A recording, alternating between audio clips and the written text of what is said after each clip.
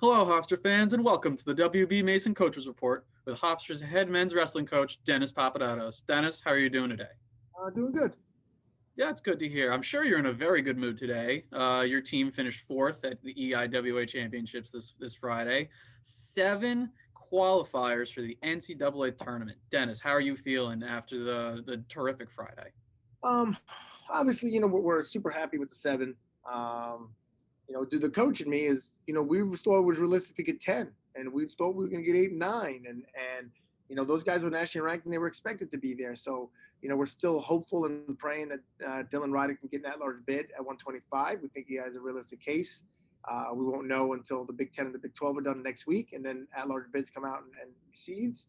Um, putting it in perspective, I do believe we were good enough to win the tournament. I do believe we were good enough to get 10.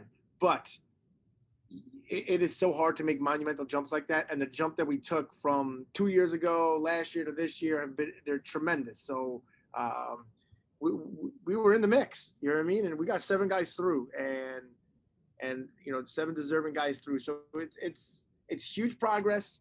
I'm so happy for the 7 guys. Um, and we did it without, we had a guy, home Sage Heller, that we believe could have won the tournament. You know what I mean? There would have been another guy. You know what I mean? Not that obviously Ross did a great job all year, but Sage was our highest ranked guy going into the end of the year, and with 0 matches. So it'd been nice to have him as well. But the 7 guys with Vinny Vespa and Greg Axiola and Holden Heller, the IWA champ, Ricky Stam, always tough on the way to get it done. Charles Smalls, Trey Rogers, Zach Knight Ward. Garrett was a match away and looked tough in that match, had a great tournament. Like I said, Dylan had a tough weight, took 5th, where there's 5 really good guys in his weight. And he had to beat 2 good guys to even take 5th. And Ross got a nice pin for us in the back end. And he's young and he'll live and he'll learn. I believe Ross is, better than where he finished, but those are learning curves. Just like the program, I think, is better than where we finished, but we're in a growing cycle, right? So it's everything can't be perfect all the time, but I'm proud. I'm definitely proud. I'm definitely not mad or sad. I'm proud, but I'm trying to adjust the mistakes we made and get ready for NCAAs, and also figure it out so when we're in this position again next year, we get everyone firing on all cylinders and we get what we get to our full potential. But yeah, it was a good day. Yeah, definitely. And you talk about Ross for a redshirt freshman going from not really wrestling last year to the 2 seed at 174, and being in a position to make some noise at the EIWAs for Ross. That's the future's very bright for him. And then you talked about Garrett. He was so close. I thought he was so close to making it 8 guys qualifying to St. Louis. No doubt. Let's talk a little bit though about Holden Heller. He's your first individual conference championship wrestler. From the beginning of the year when he upset his opponent at Army West Point to now, what have you seen from Holden in his progression to a nationally ranked conference championship wrestler? Before that, when he was fired up for the Lehigh match that got paused, that got canceled, and then I remember I said this on a W Mason report. He was like, "Coach, Army's not going to get canceled, is it?" I'm like, "I don't know. I hope not. Right? Like, not. I remember that. Like, we're wrestling if it's up to me. So I hope not." He goes, "Please don't cancel the Army match because I'm going to pin Hartman." Is what he told me, and then he went and pinned him. Right? Yeah, I remember that. And so he's been on that laser focus from before the Army match, and he's followed it through. He's just confident, and he believes, and he expects, and he has a very get out of my way. I don't care the circumstances. Every situation, he's like, I'm gonna figure this out. He's just wrestling really, really confident, and he's really, really good. So when he's really, really confident, he's a problem for a lot of people. We'll see when he gets seated. He is undefeated. He, does have a couple good wins. He was ranked 20th in the country before he won the IWA.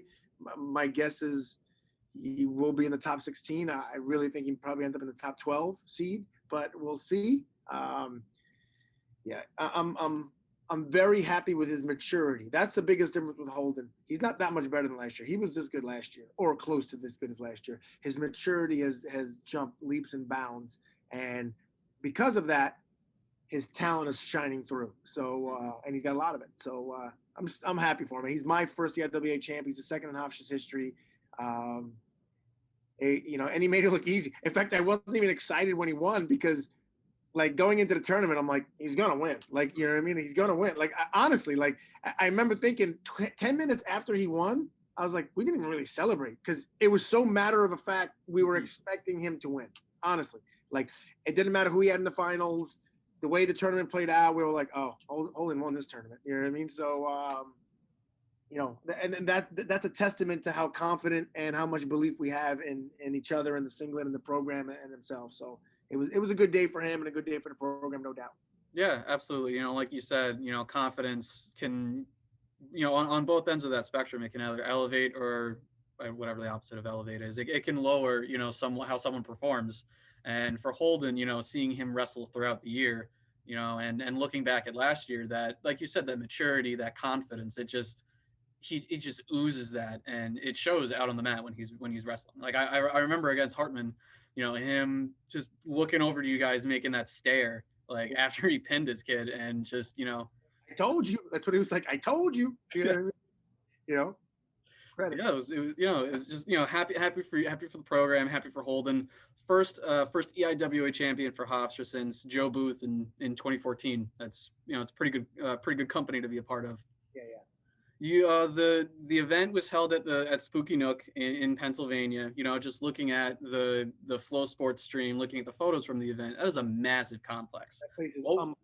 What was it like, being there, having all of those matches going on in the same area? I mean, Spooky Nook's it's an awesome place. It was nice that everything was all together. Brought the bus there, went to our hotel room. You walk to the match, you walk back to your room. Frank Papalizio did an outstanding job. The IWE probably should keep him on board because he should run the tournament every year.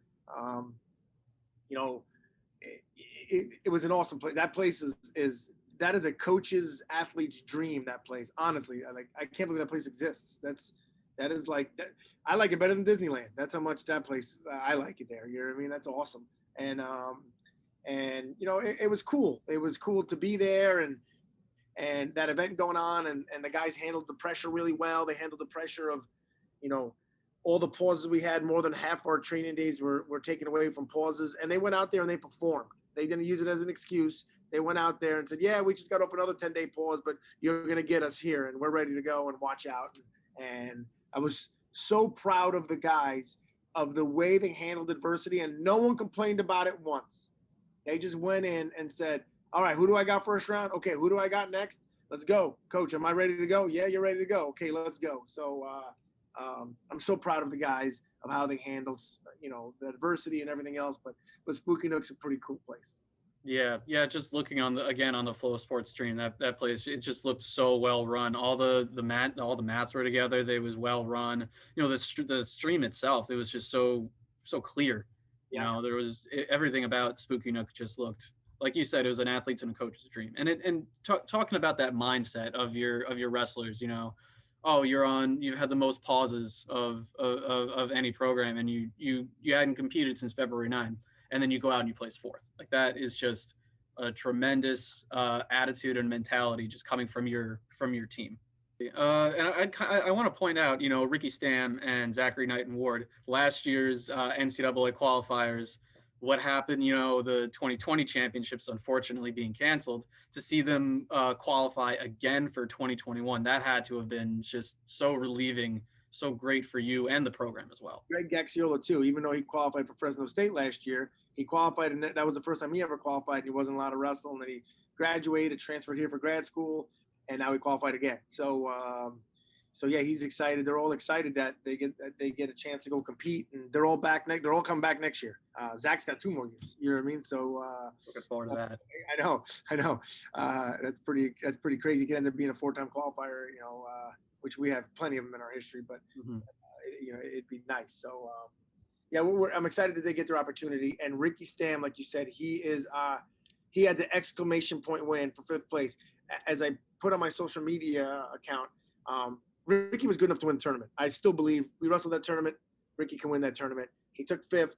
He's the first one to tell you he didn't wrestle that well. He wrestled with heart and conviction, but he just, sometimes you just don't have your A game, right? And his weight is super tough. But got some questionable calls from the refs and got put in some rough situations and lost. And there he was, fifth place to try to automatically qualify, and things weren't going great again. And he took the bull by its horns and said, "This is happening whether you like it or not." And he got that takedown with 5 seconds left to win, to qualify. It was the epitome of the weekend. It was my favorite part of the weekend. Yes, and Holden Heller won the tournament. But again, Holden Heller was so matter of fact. We really were like, yeah, Holden's going to win this thing. Yeah. Like Ricky, we got nervous. We got scared. And the fact that it was the most fired up I was after Ricky's match. Plus, he was our 7th automatic guy in.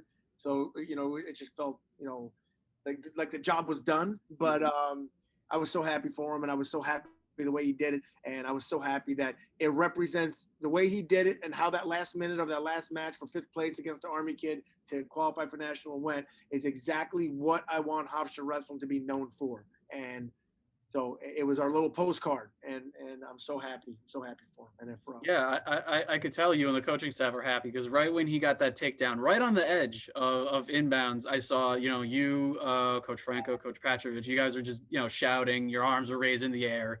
It was such a great visual to see. And all his teammates were like 10 feet behind on the, and you heard them scream, and they were fired up. Yeah. It was the most fired up the entire team got all at the same time watching.